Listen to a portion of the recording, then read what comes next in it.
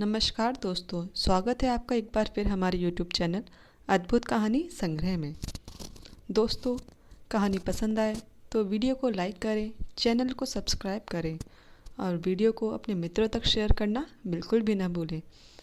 तो चलिए करते हैं शुरुआत अपनी कहानी की, जिसका शीर्षक है एक चुप 100 को मात देती है। अरे बहू, देखो तो ज़रा, तुम्हारी बहन आई है। इनकी अच्छे से खातिरदारी करो, कोई कमी नहीं रहनी चाहिए। रीता की शादी को 1 साल होने को आया था, लेकिन उसको अभी तक अपने मायके जाने का मौका नहीं मिल पाया। जब भी वो मायके जाने का प्रोग्राम बनाती, तभी कुछ ना कुछ अड़चन आ ही जाती थी, जिसकी वजह से वो मायके नहीं जा पाई। आज उसकी दीदी उससे मिलने आ रही है। माँ की मृत्यु के बाद उन्हीं ने उसको माँ का प्यार दिया था। दीदी रीता को बहुत प्यार करती थी, पर वो अपने ससुराल में खुश रहे इसलिए कभी दखल अंदाजी नहीं की, कभी उसे मिलने भी नहीं गई।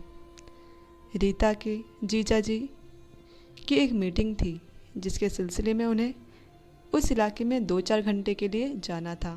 तो मीता से सुनकर रहा नहीं गया और वो बोली, मैं भी साथ चलूँगी। मीता आज बहुत खुश थी, आखिर अपनी छोटी बहन से जो मिलने जा रही थी इतने दिनों बाद।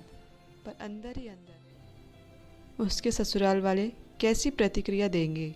रीता सुबह से सारे काम निपटाने में लगी हुई थी और तभी उसे याद आया कि उसने राजीव को भी बताया ही नहीं। हेलो राजीव, आज मीता दीदी आ रही हैं, घर तो तुम थोड़ा जल्दी आ जाओगे।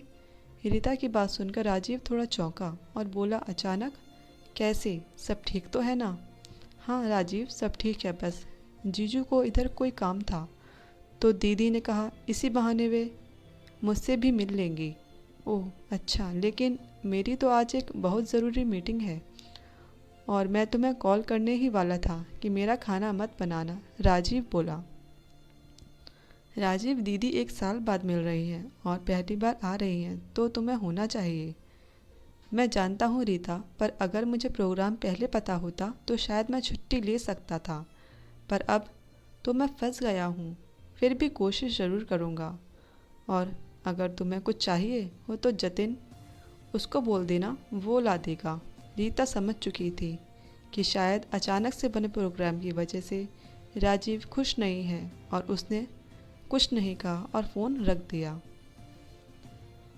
रीता दीदी के पसंद के राजमा चावल बनाना चाहती थी, लेकिन राजमा ख़त्म थे तो उसने जतिन को कहा पास वाले दुकान से लाने के लिए और जतिन ने लाकर दे दिए। रीता ने जब राजमा बना लिया तो देखा दही भी ख़त्म है और बिना रायते के तो राजमा चावल अच्छे नहीं लगेंगे। तो जैसे ही उसने जतिन को आवाज़ लगाई तो पता चला कि वे अपने दोस्तों के घर जा चुका था। रीता को अब अपनी लाचारी पर बहुत अफसोस हुआ, पर दीदी के आने की खुशी ज़्यादा थी, इसलिए उसने जो कुछ सामान था उसी की तैयारी की और पकवान बना लिए। घंटी बजते ही रीता ने दरवाज़ा खोला तो दीदी को देखकर अपने आंसू नहीं रोक पाई। उसके गले लगकर खूब रोई। भला कोई मेहमान का ऐसा स्वागत करता है क्या? सास की आवाज़ सुन रीता ने आंसू पोंछे और दीदी को अंदर ले गई। सासू माँ ने सबका हाल चाल लिया और अपने कमरे में चले गए सोने के लिए। ससुर जी पहले ही औपचारिकता निभा चुके थे। रीता अकेली थी। अब अपनी बहन की आवभगत करने के लिए रीता अकेली थी, लेकिन उसने कोई कसर नहीं छोड़ी और खुश कर दिया दीदी को। जब रीता रसोई में बर्तन समेट रही थी तो मीता ने उससे पूछा, तू खुश तो है ना? हाँ दीदी, बहुत खुश हूँ। आप बताओ, ऐसा क्यों पूछा? जानती है रीता, मैंने तुझे कभी अपनी छोटी बहन नहीं समझा, हमेशा बेटी समझा। और माँ बेटी के दिल में छुपी बात समझती है। रीता ने फ्रिज में रखी कुल्फ़ी निकाली और बोली, दीदी मैं खुश हूँ। वो तो बस मुझे लगा कि सबकी व्यवस्था के कारण आपकी आवभगत में कमी ना रह जाए। पगली, तू अगर खुश है तो मुझे और क्या चाहिए, पर एक बात हमेशा याद रखना कि कभी कभी हम ऐसे हालातों में घिर जाते हैं कि उस समय खामोशी सबसे बेहतर विकल्प होती है। अब राजीव को कुछ मत कहना आने पर अगर हमने पहले बता दिया होता तो अचानक से विचार बना लिया, इसलिए वो हमें मिल नहीं पाया। पर अगली बार तेरे जीजू को भी साथ लेकर आऊँगी। चल अब कुल्फ़ी खाने दे, मुझे निकलना है फिर, देर हो रही है।